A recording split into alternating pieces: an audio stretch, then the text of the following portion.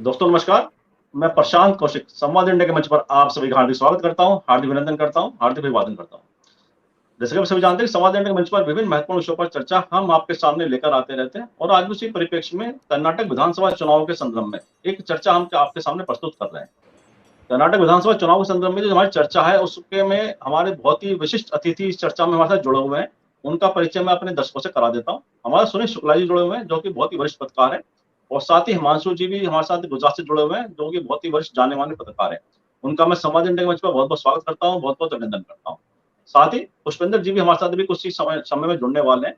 तो चर्चा की शुरुआत में हिमांशु जी से करता हूँ। हिमांशु जी, जैसे आप वर्तमान की जो स्थिति कर्नाटक चुनाव के संदर्भ में देख रहे हैं, ऐसा लगता है लगातार बीजेपी वहाँ पे परेशानी में घिरती जा रही है, और जिस तरह से बीजेपी के चाहे पूर्व मुख्यमंत्री हों या उप मुख्यमंत्री हों या विधायक हों, एमएलसी हों, बड़े नेता जितने बीजेपी के हैं, सब पार्टी छोड़ रहे हैं और वह कांग्रेस में ज्वाइन कर रहे हैं। तो इससे कहीं न कहीं क्या परसेप्शन आपको लगता है कि कर्नाटक में बीजेपी सरकार के सामने चुनौतियाँ बढ़ गई हैं चुनाव के अंदर?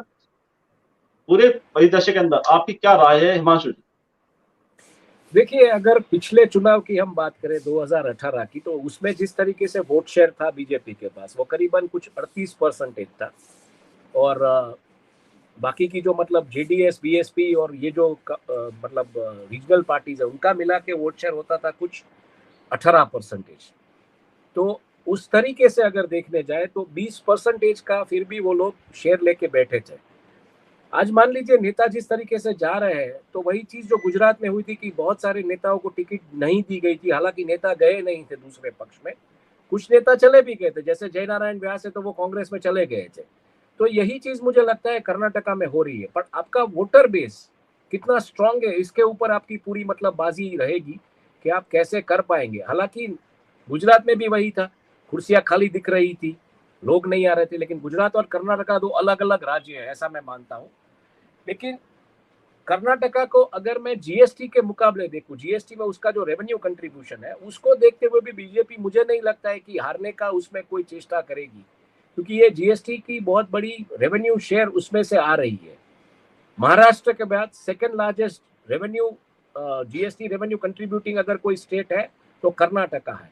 तो ऐसे माहौल में खबरें भले जो आ रही है, लेकिन ऐसे माहौल में, ऐसी सिचुएशन में मुझे नहीं लगता है कि ये हारने की कोई मतलब उसकी तैयारी है बीजेपी की। यार, बातें सब आ रही है कि नेता छोड़ के जा रहे हैं, ये छोड़ के जा रहे हैं, सिद्धरामैया ने कहा कि आप उसको मत जाने दीजिए, उनको जो चाहिए दे दीजिए, ये सब बातें होती है। लेकिन ये देखिए, ओल्ड जनरेशन के नेता होते हैं। अब ये नई जनरेशन, यंग जनरेशन के नेता किस तरीके से जाएंगे, क्या करेंगे, कहाँ से वोट लाएंगे। बीजेपी का मैंने जो देखा है पिछले कुछ चुनावों में, वो ये है कि उनका दिखाने का और न्यूज को जो फीड करने का वो तरीका है, वो बहुत अलग है। कि जहाँ पे एक एंटी बीजेपी सेंटीमेंट दिखती है आपको, लेकिन अंडर करंट और उनके जो कार्यकर्ताओं की एक्टिविटी है वो बहुत अलग तरीके से चलती है। तो मुझे लगता है फिलहाल ये कहना, जो समाचार आ रहा है उससे कि बीजेपी प्रॉब्लम में है या बीजेपी कुछ नहीं कर पाएगी, ये कहना थोड़ा मुझे लगता है जल्दी रहेगा। क्योंकि गुजरात में यही चीज हुई थी, सब मान रहे थे। हालांकि मैं तो ग्राउंड पे था, मुझे पता है कि ये नहीं यहाँ हो सकता है, लेकिन हुआ है। और उसकी वजह क्या हुई कि वोटर टर्न अराउंड कम हुआ। वोटर टर्न अराउंड सिर्फ कमिटेड वोटर्स जो बीजेपी के थे उन्हीं का आया। तो ऐसा कुछ अगर कर्नाटका में होता है तो मुझे लगता है चित्र जो अभी दिख रहा है समाचारों के माध्यम से, उसके मुकाबले पलट सकता है। लेकिन अंडर करंट क्या है, यही चीज जैसे गुजरात में थी, अंडर करंट बीजेपी की फेवर में नहीं था, आम आदमी पार्टी की फेवर में था, कांग्रेस के फेवर में भी नहीं था। लेकिन अल्टीमेटली क्या देखा आपने कि पूरा का पूरा चित्र पलट गया। तो ये जो अंडर करंट और अंडरग्राउंड एक्टिविटीज बीजेपी क्या कर रहा है, इसके बारे में जब तक मीडिया में बातें नहीं आएगी, क्योंकि मीडिया को वही खबरें दिखाई जाती है, रैलियां दिखाई जाती है, उसमें जो बयान आते हैं वही दिखाया जाता है। लेकिन ग्राउंड लेवल पे क्या हो रहा है, बीजेपी किस तरीके से काम कर रही है या बाकी के दल किस तरीके से काम कर रहे हैं, उसकी रिपोर्ट कहीं से नहीं आती है। तो मुझे लगता है कि फिलहाल जो खबरें आ रही है उसके ऊपर से कयास बनाना कि बीजेपी प्रॉब्लम में, खबरों से दिखता है बीजेपी प्रॉब्लम में, लेकिन ये कयास बनाना कि बीजेपी हार जाएगी, तो मेरा मानना है कि जिस तरीके से जीएसटी की रेवेन्यू में कंट्रीब्यूशन है कर्नाटक का, उसमें हारना बीजेपी को अफोर्डेबल नहीं, उसको परवड़ेगा नहीं। ये फिलहाल मेरा मानना है। और जो वोट शेयर मैं देखता हूँ, वोट शेयर पैटर्न जो देखता हूँ, उसमें 20% अपने राइवल से वो आगे रहे हैं। मतलब 40% जिस तरीके से उनको चाहिए, 72% का कुछ टर्न अराउंड रहा था, उसमें से 40% शेयर उनके पास है। तो उस तरीके से भी देखने जाए तो मुझे लगता है थोड़ा वेट एंड वॉच करना पड़ेगा।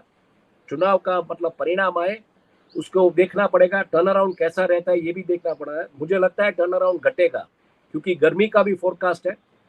तो ये सब के चलते अगर टर्न अराउंड घटता है और कमिटेड बीजेपी वोटर्स ही बाहर आते हैं तो बीजेपी का चित्र अभी जो दिख रहा है समाचारों के माध्यम के जरिए उसके मुकाबले पूरा का पूरा पलट सकता है। ये मेरा ऑब्जर्वेशन है। जी, जी, मैं सुनील जी के पास आता हूँ। सुनील जी, पुष्पेंद्र जी का शायद कनेक्टिविटी में या कहीं ऐसी दिक्कतें आ रही हैं, जुड़ने वाले हैं। तो सुनील, जैसे हिमांशु जी ने कहा कि उन्हें ज़्यादा संभावनाएँ परिवर्तन की अभी महसूस नहीं होती हैं, लेकिन जिस तरह से अगर हम कर्नाटक चुनाव की बात करें, जिस तरह समाचार वहाँ से आ रहे हैं, जिस तरह खबरें आ रही हैं, उसने कहीं न कहीं ये दर्शाया है कि मुश्किल हालात का सामना बीजेपी वहाँ पर कर रही है। और कांग्रेस के पक्ष में जिस तरह से जन समर्थन उनके प्रति दिखाई देता है, लोगों का जो रैली दिखाई देती है, या बीजेपी छोड़कर जो उनके वरिष्ठ नेता हैं, बीजेपी छोड़कर कांग्रेस में आ रहे हैं, उससे कहीं न कहीं परसेप्शन तो बनता दिखाई देता है कि कर्नाटक कांग्रेस के लिए मुफीद साबित हो सकता है विधानसभा चुनाव में।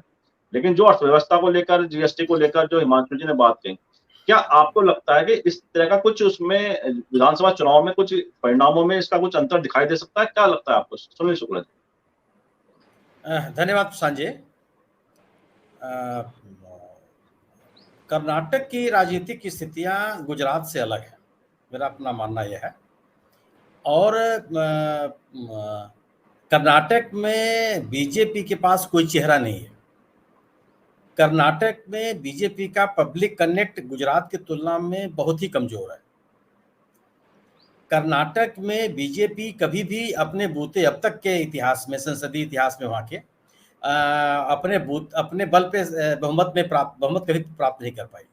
किसी भी सरकार भले बनाई हो, लेकिन अपने बूते उसका बहुमत कभी नहीं हुआ है।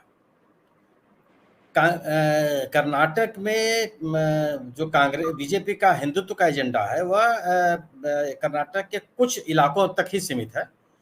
बाकी हिस्सों में वह असर नहीं है जो गुजरात के में जो दिखाई पड़ता है। कर्नाटक में गुजरात की तुलना में जो बीजेपी की पिछली सरकार रही है उसके खिलाफ भ्रष्टाचार और मिस गवर्नेंस के ढेर सारे आरोप हैं, और जिससे वह कभी अपने आप को मुक्त नहीं कर पाई। कर्नाटक में जो संगठन है वह बीजेपी की तुलना में उतना ही मजबूत है कांग्रेस का जो जितना गुजरात में बीजेपी का है। कोई कांग्रेस का संगठन कहीं से कमजोर नहीं है।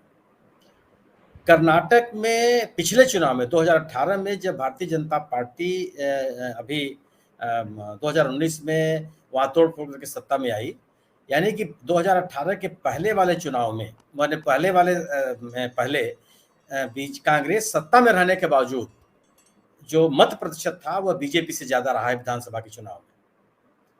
बीजेपी पिछले अगर आप तथ्य देखेंगे तो बीजेपी की तुलना में विधानसभा के चुनाव में कांग्रेस का मत प्रतिशत हमेशा ज्यादा रहा, और सत्ता में रहने के बावजूद, सिद्धारमैया की सरकार के बावजूद भी जब चुनाव हुआ है उस चुनाव में भी मैंने एंटी इनकम्बेंसी को सीटों की संख्या कम हुई है, लेकिन मत प्रतिशत भी कांग्रेस का कम नहीं हुआ, उतना ही रहा। अब आप ये बात ये हो सकती है कि लोकसभा के चुनाव में कांग्रेस की तुलना में बीजेपी का मत प्रतिशत ज्यादा है, बिल्कुल सही है, लेकिन कांग्रेस का मत प्रतिशत नहीं गिरा है। वह जो मत प्रतिशत बीजेपी का बढ़ा है वो जेडीएस का मत प्रतिशत घट करके उन्होंने लेकर के अपने आप को बढ़ा लिया, वह बीजेपी का मत प्रतिशत बढ़ गया। तो एक बात यह होती है कि जो जेडीएस बने जो लिंगायत कम्युनिटी है, लिंगायत कम्युनिटी परंपरागत रूप से बीजेपी के साथ रही है, हालांकि पहले कांग्रेस के साथ थी, लेकिन वीरेंद्र पाटिल के बाद से जब एक बार यह लिंगायतों का जन समर्थन बीजेपी की तरफ शिफ्ट हुआ तो काफी हद तक उनके साथ रहा। और उसके बाद जब येदियुरप्पा साहब कर्नाटक की राजनीति में भारतीय जनता पार्टी के स्थापित नेता हुए तो लिंगायत बड़े पैमाने पर बीजेपी के साथ रहे, लेकिन जब येदियुरप्पा ने बीजेपी का साथ छोड़ा तो लिंगायतों ने भी बीजेपी का साथ छोड़ दिया। जब येदियुरप्पा साहब ने अपनी नई पार्टी बनाई तब आप देखिए कि उनका मत प्रतिशत गिर कर क्यों नीचे चला आया, सीटों की संख्या भी और नीचे चली आई। तो बीजेपी की स्थिति कर्नाटक में इसलिए बहुत स्थिर नहीं है कि एक तो उसके ऊपर गवर्नेंस में के सफलताओं के आरोप है, भ्रष्टाचार के आरोप है, और वह एक मजबूत चेहरा कोई नहीं कर्नाटक में है जो स्थानीय स्तर पर बीजेपी का झंडा मजबूती के साथ पकड़ सके। इसके विपरीत बीजेपी कांग्रेस के जितने नेता हैं चाहे मल्लिकार्जुन खड़गे साहब हों, चाहे सिद्धारमैया हों, चाहे एच डी शिवकुमार हों, चाहे यूथ कांग्रेस के राष्ट्रीय अध्यक्ष हों, ये सबका पब्लिक कनेक्ट बहुत जबरदस्त है। कोई ऐसा नेता नहीं है जिसका पब्लिक कनेक्ट हवा हवाई नेता हो। और कांग्रेस ने अपने राजनीतिक अभियानों को बड़े बड़े मजबूती के साथ वहां चलाया। अपने भारत जोड़ो यात्रा के दौरान दक्षिण के राज्यों में से सर्वाधिक समय राहुल गांधी ने कर्नाटक में बिताया और कर्नाटक के मुंबई सरकार पर तीखे हमले किए। एक राजनीतिक जो आक्रामकता होनी चाहिए थे वो राहुल गांधी ने अपनी यात्रा के दौरान दिखाया और लोगों का जन समर्थन भी वहां दिखाई पड़ा उनकी रैलियों में, उनकी सभाओं में। दूसरी बात कि बीजेपी में इससे जिस तरह से बड़े नेता छोड़ के जा रहे हैं, माने बड़े नेता वो नेता छोड़ के जा रहे हैं जो जनसंघ के जमाने से बीजेपी के झंडा बरदार रहा है और उनका झंडा लेके चलते रहे। जगदीश शेट्टार साहब का जाना ये सामान्य घटना नहीं है। इसलिए नहीं है कि जगदीश शेट्टार एक बड़े नेता हैं और वहां के मुख्यमंत्री रहे हैं, और दूसरी चीज लिंगायत कम्युनिटी के बड़े नेता हैं। लिंगायत और उनके बीजेपी कांग्रेस में जाने से लिंगायत समुदाय में एक बड़ा चेहरा की जो कमी महसूस कर रही थी कांग्रेस, वह कमी एक दूर होती है।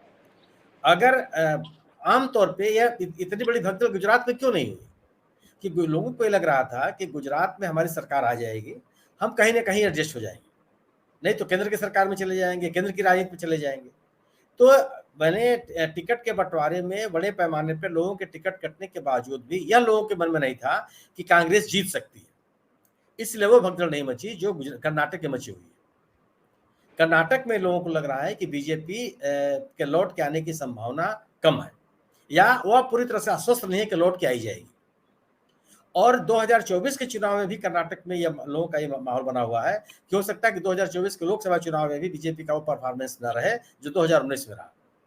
इसीलिए जिन नेताओं को केंद्र की राजनीति में लाने का आश्वासन दिया जा रहा है टिकट काटने के बाद, वह नेता भी बीजेपी में रुकने के लिए तैयार नहीं है। तो ग्राउंड लेवल पे जो कार्यकर्ताओं के बीच में हलचल है वह इस बात का संकेत देता है कि बीजेपी को लेकर के उनके नेताओं और कार्यकर्ताओं में वह आत्मविश्वास नहीं है जिस आत्मविश्वास के लिए बीजेपी जानी जाती है। उसके विपरीत कांग्रेस के नेताओं में कोई भगदड़ नहीं है। कांग्रेस अपने अपने कार्यकर्ताओं रैंक एंड फाइल के साथ पूरी मजबूती के साथ है। केंद्रीय एजेंसियों के तमाम दबाव के बावजूद शिव कुमार अपनी पार्टी में बने हुए हैं। कितना उनके खिलाफ छापे पड़े, कितनी जांचें हुई, क्या क्या नहीं हुआ, लेकिन वो टस से मस नहीं हुए और वो अपने पार्टी के साथ लगातार बने हुए हैं। उनके भाई जो कांग्रेस के सांसद हैं वो भी पार्टी के साथ लगातार बने। ये ऐसे नाम हैं जो जिनके ऊपर बीजेपी ने टारगेट किया और उनको कांग्रेस से अलग करने की तमाम कोशिशें की, लेकिन वो नहीं हो पाए। आज भी सिद्धारमैया मुख्यमंत्री पद के सर्वाधिक पसंदीदा व्यक्ति हैं कर्नाटक में, और वह कांग्रेस के पक्ष में जाता है।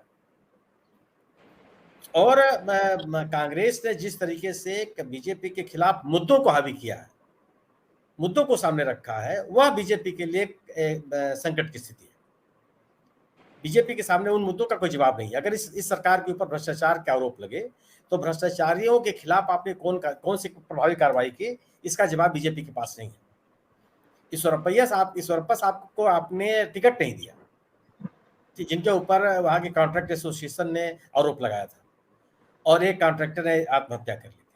आत्महत्या करने वाला व्यक्ति भी भारतीय जनता पार्टी का वर्कर रहा, और केवल टिकट काटने के अलावा कोई कार्रवाई नहीं की आपने उनके खिलाफ। अभी जो हाल में जिस बीजेपी विधायक के पास रुपए बरामद हुए और उनके बेटे रुपए लेते हुए पकड़े गए, उनको भी टिकट काटने के अलावा आपने कोई कार्रवाई नहीं की। गोया कि जो आपने नारा दिया था कि भ्रष्टाचार के खिलाफ हमारा जीरो टॉलरेंस हुआ, उस पर भी आप जनमत आपके पक्ष में नहीं दिखता। तीसरी बात, जो भारतीय जनता पार्टी परिवारवाद का आरोप लगाती रही है कांग्रेस के खिलाफ और जेडीएस के खिलाफ, यह आरोप भी खारिज हो गया। लगभग 35 नेता ऐसे हैं जो विभिन्न परिवारों से आते हैं जिनको टिकट दिया इस पार्टी ने। विभिन्न पार्टी के जो रिश्तेदार नेता हैं उनके रिश्तेदारों को उन्होंने टिकट दिया और अपने आप को ये परिवारवाद के आरोप से बचा नहीं पाए।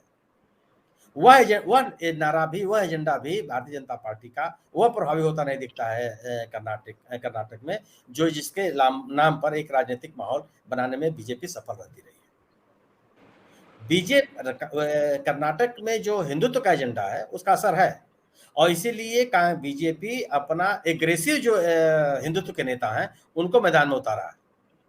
उडुपी में जिस भट्ट साहब का टिकट काट के जिनको वहां पे उम्मीदवार बनाया गया है, वह एक आक्रामक हिंदुत्व के नेता है और हिजाब कंट्रोवर्सी में उनकी बड़ी भूमिका रही है।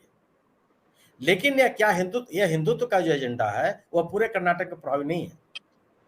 तटीय इलाकों, खासतौर से दक्षिण कर्नाटक और बेंगलोर अर्बन, इन दो इलाकों को छोड़ करके बाकी इलाकों में इसका वो असर नहीं है जो गवर्नेंस के दूसरे इशू हैं उनका असर है।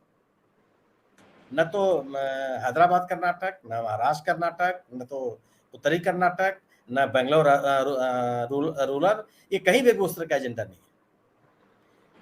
उसके अलावा बीजेपी का जो वहां पे जनाधार है वह पॉकेट में है, इलाके विशेष में है, जबकि कांग्रेस की मौजूदगी पूरे राज्य के सभी हिस्सों में है। कोई इलाका ऐसा नहीं है जहां कांग्रेस की मौजूदगी ना हो। जातीय समीकरण कांग्रेस के पक्ष में है, अल्पसंख्यक जो है वो पूरी तरह से कांग्रेस के साथ है। वो कलिग्गा नेता है शिव कुमार साहब और पॉपुलर नेता है अपनी कम्युनिटी में। वो कलिग्गाओं में कांग्रेस की बड़ी पकड़ है। सिद्धारमैया साहब पिछड़े वर्ग के नेता हैं और सभी वर्गों में उनकी पकड़ है और अपनी कम्युनिटी में तो बहुत पॉपुलर नेता ही है। मल्लिकार्जुन खड़गे साहब की स्थिति है कि दलितों में उनकी बहुत अच्छी खासी पकड़ है। 9 बार के जनप्रतिनिधि रहे हैं अपने इलाके से। गोया कि जितने भी पॉलिटिकल पैरामीटर्स हो सकते हैं किसी राजनीतिक दल के सफल या असफल होने के लिए, वो सभी पैरामीटर भारतीय जनता पार्टी के खिलाफ और कांग्रेस के पक्ष में दिखते हैं। जेडीएस अपने इलाके में प्रभावशाली है और जहां पे जेडीएस प्रभावशाली है वहां जो संघर्ष है वो कांग्रेस और जेडीएस के बीच में, वहां बीजेपी नहीं है, जो ओल्ड मैसूर का इलाका कहा जाता है। तो ये तमाम स्थितियां ऐसी हैं जिनमें ये लगता है कि अब बीजेपी के पास केवल सम्मानित प्रधानमंत्री जी का चेहरा और उनके भाषण के अलावा कोई उम्मीद की किरण नहीं है। और निश्चित रूप से जो मोदी जी का करिश्मा है उसमें कोई कमी नहीं है, अभी है, बरकरार है। उनके लोगों में उनका समर्थन है और अपने लोगों में वो उतने ही पॉपुलर है। लेकिन क्या जो संवाद, प्रभावी संवाद, कम्युनिकेशन गुजरात में मोदी जी का बन पाता है वो कर्नाटक में बन पाएगा? क्या भाषाई संकट नहीं है वहां? तो जो भाषा का संकट है कर्नाटक में, मुझे लगता है कि मोदी जी का वह असर कर्नाटक में नहीं हो पाएगा जो देश के अन्य हिस्सों में है, जहां उनका कम्युनिकेशन का लेवल बहुत बढ़िया होता है और लोग उनसे जुड़ भी जाते हैं। मेरा अपना मानना है कि होने वाले इस चुनाव में बीजेपी की स्थिति बहुत कमजोर है और कांग्रेस आक्रामक स्थिति में है और अपने जनाधार को बढ़ाने और वर्तमान जनाधार को बचाए रखने में वो सफल दिखती है और एक मजबूत टक्कर दे रही है बीजेपी को। जी बिल्कुल ठीक है आपने कि कांग्रेस जनाधार बढ़ाने में कहीं सफल होती दिखाई देती है। हिमांशु जी, जैसे सुनील जी ने कहा कि आपको क्या लगता है, अगर कर्नाटक की राजनीतिक फिजा की बात करें वर्तमान की, अगर हम इससे पहले का चुनाव देखें विधानसभा का, कांग्रेस ने मत प्रतिशत हिसाब से उसमें बीजेपी से आगे थी, हालांकि सीटों में पीछे रह गई थी बीजेपी से। लगातार कई चुनाव में कांग्रेस का मत प्रतिशत जो है वह एक जगह है, मतलब बढ़ा हुआ दिखाई देता है हमें। लेकिन वर्तमान की स्थिति को देखें, जो मत प्रतिशत विधानसभा चुनाव में कांग्रेस को मिला पिछली बार का, क्या उसमें बढ़ोतरी करने में कांग्रेस सफल होती दिखाई देती है? क्योंकि जिस तरह से माहौल बनता कर्नाटक में दिखाई दे रहा है, जिससे परसेप्शन बना है कि जो बीजेपी के कर्नाटक मुख्यमंत्री हैं उन पे जो आक्रामक प्रचार है कांग्रेस पार्टी का भ्रष्टाचार को लेकर, 40% वाली बात जो सामने आती है, और जो सुनील जी ने कहा कि एक जो कॉन्ट्रैक्टर था उसकी भी वहां पे आत्महत्या भी उसने की भ्रष्टाचार के नाम पर, क्या ऐसे मुद्दे जो वहां के लोकल मुद्दे हैं, चाहे नंदिनी दूध का रहा हो, नंदिनी प्रोडक्ट का रहा हो, या दूसरे एक बात, और राहुल गांधी की अगर हम बात करें, राहुल गांधी ने अभी स्पीच ओबीसी को साधते उन्होंने कुछ बातें कही, जाति का जनगणना की बातें, क्या ऐसे जो मुद्दे हैं जो कर्नाटक की राजनीति को प्रभावित करने की क्षमता रख रहे हैं, क्या उसे कांग्रेस इस बार ज्यादा रणनीतिक रूप से सफल हो रही है उसको इकट्ठा करने में, उसको आगे बढ़ाने में? क्या लगता है आपको? जी बिल्कुल, देखिए कर्नाटका में क्या है कि जिस तरीके से आईटी कंपनीज वगैरह जो है, तो वहाँ पे एक एजुकेटेड ब्रास है मेट्रो सिटीज में, लेकिन वहाँ पे भी अगर आप देखेंगे तो राजनीति जो कहीं ना कहीं जाति के जमावड़ों में बटी हुई है। लिंगायत से उनका एक रसूख रहता है, वो जो बोलते हैं उस तरीके से होता है। तो राहुल गांधी की जो बातें हैं वो बिल्कुल एक एजुकेटेड क्लास को टच करेगी, लेकिन क्या एजुकेटेड क्लास पोलिंग बूथ तक जाएगा? सबसे बड़ा सवाल ये है।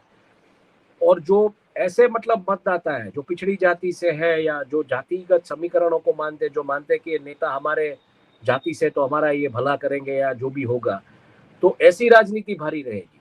हालांकि कांग्रेस डेफिनेटली अपना परफॉर्मेंस अच्छा कर पाई है, इस बार इंप्रूव करने की संभावना भी है, मैं इसमें मतलब इसमें कोई दो राय नहीं है, और मुद्दे भी है, ऐसा नहीं है कि मुद्दे नहीं है। लेकिन जैसे मैंने कहा कि एक बार जो सत्ता में जहां पे बीजेपी बैठती है तो वहां से सत्ता से निकलना शायद ही मतलब एक संभव जैसा नहीं रहता है। अब महाराष्ट्र में भी देख लीजिए, जोड़ तोड़ करके कुछ करके वापस वो लोग सत्ता में आ गए, गोवा में भी यही किया, वो बहुत सारे नॉर्थ ईस्ट के इलाकों में भी यही किया। तो मान लीजिए अगर ये डिफरेंस रहता भी है तो जोड़ तोड़ करके, तोड़ ताड़ करके कुछ भी करके आ जाएंगे, जैसे मध्य प्रदेश में हुआ, राजस्थान में तो मतलब कांग्रेस ही रही, लेकिन मध्य प्रदेश में बकायदा ये हुआ है, बहुत सारे ऐसे प्रदेश और प्रांत है जहाँ पे ये हुआ है। तो अगर मान लीजिए बीजेपी यहाँ पे नैरो मार्जिन से निकल भी जाती है, शायद सत्ता में ना भी आए, तो आने वाले दिनों में वो जिस तरीके से इस्तेमाल करती है एजेंसीज वगैरह का, उसमें करके वापस वो अपनी सरकार बना लेंगी। जैसे मैंने कहा, जीएसटी का जो रेवेन्यू है सेकंड लार्जेस्ट आफ्टर महाराष्ट्र, वो अफोर्ड नहीं कर सकती है रूलिंग पार्टी फिलहाल, जो भी सत्ता में मतलब केंद्र में है या स्टेट में है, कि वो अपना शेयर उसको फॉरगो कर सके। तो बिल्कुल चैलेंजेस है बीजेपी के सामने। जिस तरीके से शुक्ला साहब ने कहा, इतने मतलब उनका पॉकेट्स भी इतने स्ट्रांग नहीं है, हिंदुत्व की बातों पे ही चल रहा है सब कुछ, और मीडिया में जो बातें आती है वो यही मुद्दों को लेके आती है। तो ऐसे माहौल में देखना यही रहे हमको, मतलब यही देखना पड़ेगा कि educated class voter turn around कैसा रहता है, वो लोग जाके किन मुद्दों पे अपना वोट देते हैं, वो हिंदुत्व के मुद्दे से प्रभावित होते हैं या बेरोजगारी या ये जो मुद्दे जो राहुल गांधी जिनके बारे में बात करते हैं उन मुद्दों से प्रभावित होते हैं। तो मुझे लगता है ये कांटे की टक्कर बिल्कुल है, लेकिन नैरेटिव्स जो आ रहे हैं सामने में उसको इसलिए अभी मैं लेके नहीं चलूंगा, क्योंकि हर जगह पे यही होता है, नैरेटिव्स कुछ और आते हैं मीडिया में और अल्टीमेटली कुछ निकलता है कुछ दूसरा ही। तो नैरेटिव्स पे मैं नहीं जाना चाहूंगा फिलहाल, जो भी बातें आ रही है मीडिया में आ रही है जिस तरीके, क्योंकि मुझे लगता है ये सब चीजें प्लांट करवाई जाती है, एक तरीके का स्मोक स्क्रीन रहता है, तो लोगों को लगता है बीजेपी स्ट्रांग नहीं है या फला पार्टी स्ट्रांग नहीं है या स्ट्रांग नहीं, लेकिन उल्टा उसके अंडर करंट में या जो अंडरग्राउंड एक्टिविटीज होती है उसके ऊपर कहीं से मीडिया से कोई खबर नहीं आ रही है। तो जब तक ये आपको पता नहीं चलेगा तब तक ये कहना मुश्किल है। दूसरा क्या हुआ है, मतदाता भी जो है वो खुल के नहीं बोलता है आजकल, एक डर का माहौल भी है। तो ऐसे माहौल में वो किसको वोट देगा, क्या करेगा, मुझे लगता है ये समझना पड़ेगा। हालांकि बिल्कुल चेहरा नहीं है, कोई चीफ मिनिस्टरियल कैंडिडेट का चेहरा नहीं है कर्नाटका में। गुजरात अलग है, गुजरात और कर्नाटका की राजनीति अलग है, ये मैंने पहले भी कहा था और शुक्ला जी ने भी मतलब यही बात कही, तो मैं उस बात से बिल्कुल सहमत हूँ कि राजनीति अलग है, लेकिन राजनीति ऑपरेट करने वाले जो लोग हैं, जो सत्ता में एक बार बैठ जाते हैं तो वापस वो उतरना नहीं चाहते। तो इस चीज को मद्देनजर रखते हुए मुझे लगता है कितनी आसानी से बीजेपी अपना मतलब जाने नहीं देगा, और अगर जाता भी है बॉर्डर लाइन केस बिल्टअप करेगा और आने वाले दिनों में वापस सरकार जोड़ तोड़ की कुछ करके वहां पे बैठने की कोशिश तो करेगा, क्योंकि सदर्न स्टेट्स जो है उसमें कर्नाटका मतलब एक बहुत ही प्रभावशाली राज्य है, और वहां पे आपको मतलब लेफ्टिस्ट या जो केरला वगैरह में है, तमिलनाडु में, ऐसी फोर्सेस के सामने लड़ना नहीं है आपको।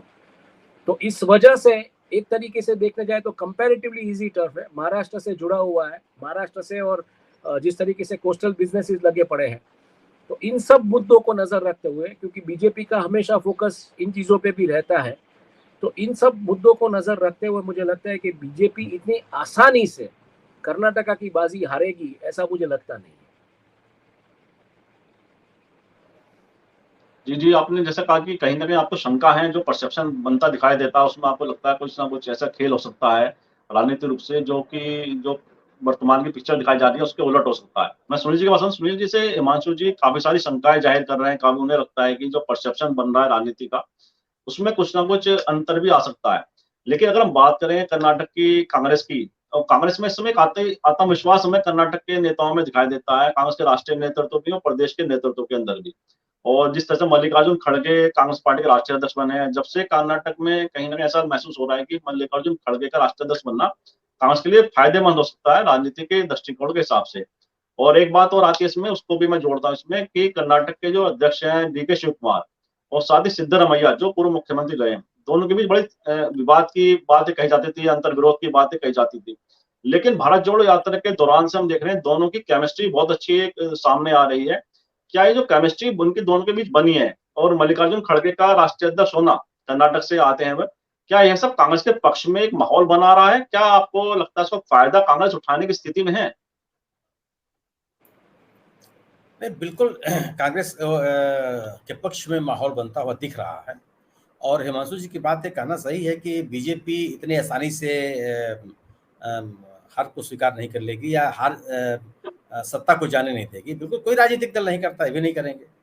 और जो जो जिस तोड़ फोड़ के तरीके से इन्होंने सत्ता अन्य राज्यों में बनाई है वो सबके सामने है।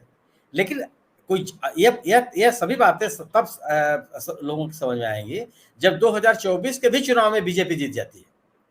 अगर 2024 के चुनाव में बीजेपी केंद्र में सरकार नहीं बना पाती तब थोड़ा तोड़फोड़ कर पाएगी। जो आप अपने राजनीतिक ताकत से आपने थोड़े कांग्रेस मध्य प्रदेश में सरकार बना लिया, अपनी राजनीतिक ताकत से थोड़े आपने कर्नाटक में सरकार बना लिया, अपनी राजनीतिक ताकत से थोड़े आपने गोवा में सरकार बना ली। आपने जो मशीनरी का ताकत होती है उसके ताकत की वजह से आपने सरकार बनाया। केंद्रीय एजेंसियों का जिस तरीके से दुरुपयोग किया गया, महाराष्ट्र में कोई आपके लोग आपके राजनीतिक ताकत की वजह से थोड़े थोड़े चले आए, सिसरा में टूट फूट हो गई। यह स्थितियां बिल्कुल हो सकती हैं, कोई भी कर सकता, लेकिन यह तब होगा जब 2024 के चुनाव में भी भारतीय जनता पार्टी सत्ता में लौट करके आवे और जिसको लेकर के जिसको नकारने के लिए विपक्षी दल लगे हुए हैं और इसीलिए एकजुटता हो रही है।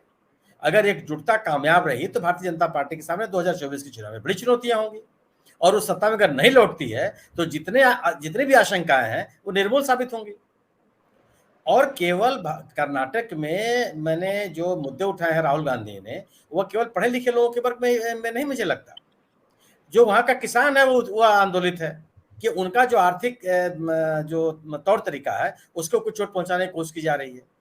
अगर नंदनी के पैरेलल अगर अमूल को आप बढ़ावा देंगे तो कौन प्रभावित होता है? कर्नाटक का किसान, कर्नाटक के किसानों के सहकारी आंदोलन, कर्नाटक का आम उपभोक्ता। अगर नंदिनी अपने उपभोक्ताओं को, अपने सदस्यों को 32 रुपए लीटर या 35 रुपए लीटर दूध उपलब्ध कराती है और अमूल 50 रुपए लीटर उपलब्ध कराता है, तो किसका हक मार रहा है? कर्नाटक का उपभोक्ताओं का। और जो कर्नाटक में जिन किसानों ने अपना एक फेडरेशन, एक कोऑपरेटिव मजबूत किया है नंदिनी के बैनर तले, उनको कमजोर करते हैं। और ये माना जाता है कि भारतीय जनता पार्टी अमूल को बढ़ावा दे रही है। दूसरा आप उदाहरण देख लीजिए किसानों के ऊपर क्या हमला है, जो रिएक्शन है उनके अंदर, वह है लाल मिर्च के उत्पादन पर। लाल मिर्च का बहुत बड़ा बाजार है कर्नाटक और वहां स्थानीय स्तर पर बहुत ज्यादा पैदावार होती है। गुजरात से बड़े पैमाने पर भारी मात्रा में लाल मिर्च कर्नाटक के बाजार में झोंका जा रहा है। इसको लेकर के नाराजगी है वहां के किसानों में। और किसानों का आंदोलन कर्नाटक में बहुत सक्रिय रहा है। कोई ऐसा इलाका नहीं रहा जहां किसान संगठन बहुत मजबूत स्थिति में न हो। और जो एग्रीकल्चर सेक्टर के लोग हैं वो भारतीय जनता पार्टी से नाराज हैं कि जो किसानों को लाभ देने की, उनको सशक्त करने की, उनको मजबूत बनाने की बात कहे गए थे, सब खोखले साबित हुए। आप जो खाद है उनकी कीमत देख लीजिए, बीजों की उपलब्धता आप देख लीजिए, आवारा जो पशुओं की स्थिति है उनको आप देख लीजिए अन्य इलाकों में, जो उनके भंडारण की स्थिति है वो आप देख लीजिए, जो विपणन की स्थिति है और उनके उत्पाद को खरीदने की स्थिति है उनका अंदाजा कर लीजिए आप कि क्या हो रहा है कि किसानों को लाभकारी मूल्य दिलाने के लिए भारतीय जनता पार्टी की सरकार ने क्या किया। तो एक अलग नाराजगी किसानों में भी है, विद्यार्थियों में है। विद्यार्थियों को लेकर के अगर आप देखिए तो मैंने जो आधारभूत ढांचा है प्राइमरी एजुकेशन का कर्नाटक में, उसको सुदृढ़ करने के लिए कर्नाटक की सरकार, मुंबई सरकार ने क्या किया। जो आधारभूत स्वास्थ्य ढांचा है कर्नाटक में ग्रामीण इलाकों में, उनको सुदृढ़ करने के लिए मुंबई सरकार ने क्या किया। तो ग्रामीण इलाकों में भी जबरदस्त रिएक्शन है इस सरकार को लेकर के।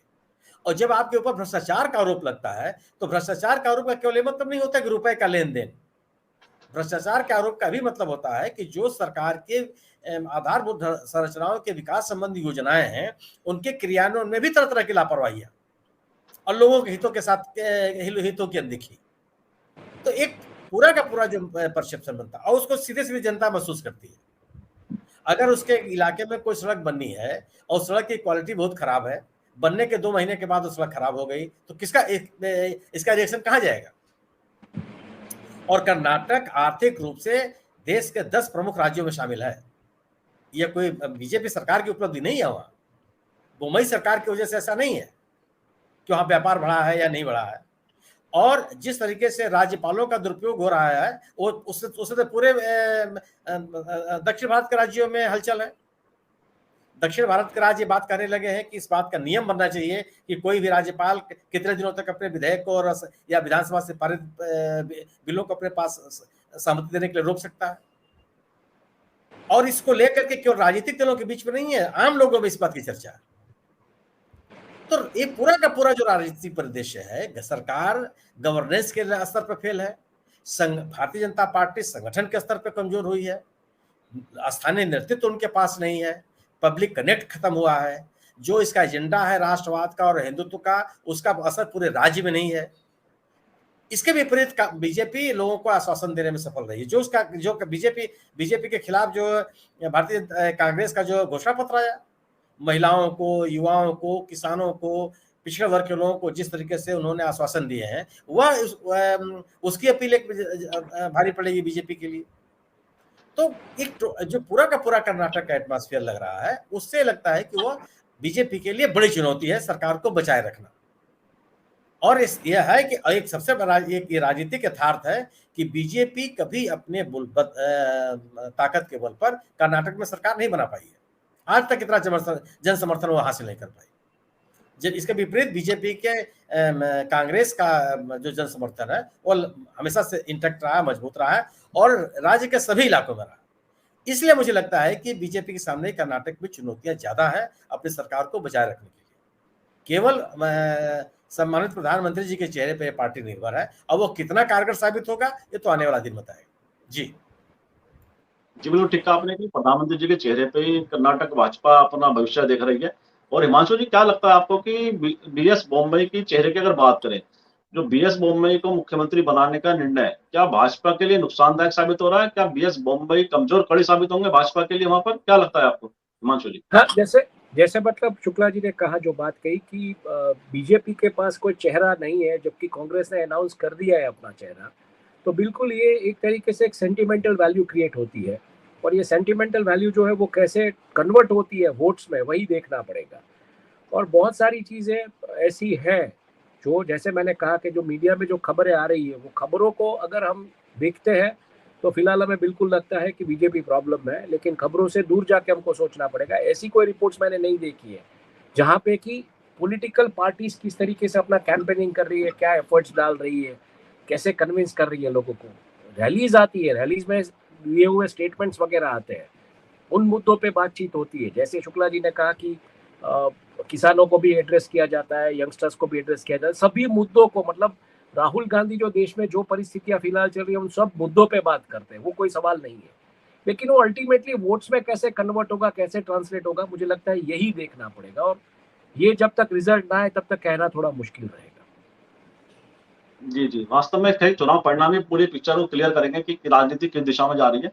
और कार्यक्रम के अंतिम पड़ाव में मैं सुनील जी से पूरी चर्चा का तो पूरा का विश्लेषण चाहूंगा कि, और जैसे कि कर्नाटक के अगर राज्य की बात करें राजनीतिक दृष्टिकोण से, कर्नाटक का भारतीय राजनीति में क्या प्रभाव आप देख रहे हैं? भारत जो भविष्य के लोकसभा चुनाव है 2024 के, उसमें कर्नाटक के चुनावी परिणाम क्या राजनीति को प्रभावित करने की क्षमता रख रहे हैं? और जो दक्षिण पूरे भारत का जो एक राजनीतिक परिदृश्य है, चाहे भाजपा हो या कांग्रेस हो, दोनों के लिए बड़ा एक महत्वपूर्ण है कर्नाटक राज्य में चुनावी जीत।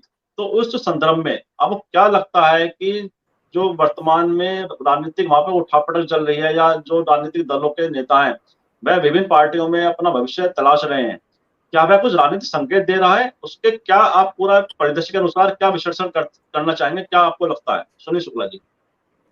मेरा मानना यह है कि कर्नाटक का चुनाव में दोनों दलों, भारतीय जनता पार्टी और कांग्रेस, दोनों के पास खोने के लिए पूरा आसमान है। अगर भारतीय जनता पार्टी कर्नाटक में यह चुनाव हारती है तो दक्षिण के राज्यों में फैलने के लिए क्या जो उसका सपना है उसमें रोक लगेगी। अगर कांग्रेस कर्नाटक को जीतती है तो जो अन्य प्रमुख राज्य हैं जहाँ पे इस साल चुनाव होने वाले हैं, वहाँ पे राजनीतिक परिदृश्य बदलेगा और जो विपक्षी दलों की एकता का जो की कोशिशें हैं, उनमें उनको ताकत मिलेगी। भारतीय जनता पार्टी के खिलाफ कांग्रेस मजबूती के साथ इमर्ज करेगी अगर वो कर्नाटक का चुनाव जीत करके आती है। और जो जन विश्वास है कांग्रेस को लेकर के वह बढ़ता हुआ दिखाई पड़ेगा और उसका असर का बीजेपी के खिलाफ कांग्रेस को मध्य प्रदेश, छत्तीसगढ़, राजस्थान, इन तीनों प्रमुख राज्यों में मुझे लगता है कि मिलता हुआ दिखाई देगा। दोनों के सामने चुनौतियां हैं और जबरदस्त चुनौतियां हैं। अगर बीजेपी जीत जाती है कर्नाटक तो उसके पास बहुत कुछ होगा। उसका एक 2024 के चुनाव का एक माहौल बनता हुआ दिखाई पड़ेगा उसके पक्ष में और वो बहुत आक्रामक तरीके से इन राज्यों में चुनाव लड़ेगी जहां इस साल चुनाव होने वाले हैं और जहां कांग्रेस सत्ता में। तो दोनों दलों के लिए राजनीतिक ताकत प्रतिष्ठा जो वो दांव पर है कर्नाटक में, मेरा मानना है। जी बिल्कुल ठीक कहा आपने कि दोनों दलों के लिए सामने चुनौती भी है और प्रतिष्ठा भी दांव पर है कि कौन कर्नाटक जीतेगा। उसी से 2024 के लोकसभा चुनाव की पटकथा कहीं ना कहीं दिखाई देगी हमें किस दिशा में जा रही है। तो इन्हीं शब्दों के साथ चर्चा को विराम भी देते हैं और मैं हिमांशु जी का, सुनील जी का भी आभार व्यक्त करता हूं कि उन्होंने चर्चा को अपने विश्लेषण में बड़ी उत्कृष्टता प्रदान करी। तो आपने सुना कि किस तरह से कर्नाटक की चुनावी संभावनाओं के बारे में हमारे जो अतिथि थे उन्होंने अपने विश्लेषण से बताया कि कर्नाटक की राजनीतिक दिशा और दशा की दिशा में जाती प्रतीत होती है। और मुझे पूरा विश्वास है कि हमारे दर्शकों की चर्चा जरूर पसंद आएगी और मैं अपने सभी दर्शकों से भी आग्रह करता हूँ इस वीडियो को लाइक करें, शेयर करें, कमेंट करें। साथ ही संवाद इंडिया चैनल को सब्सक्राइब के साथ बेल आइकन जरूर दबाएं जिससे संवाद इंडिया के अपडेट आपको समय से मिलते रहे। आप सभी का बहुत बहुत धन्यवाद, बहुत बहुत अभिवादन।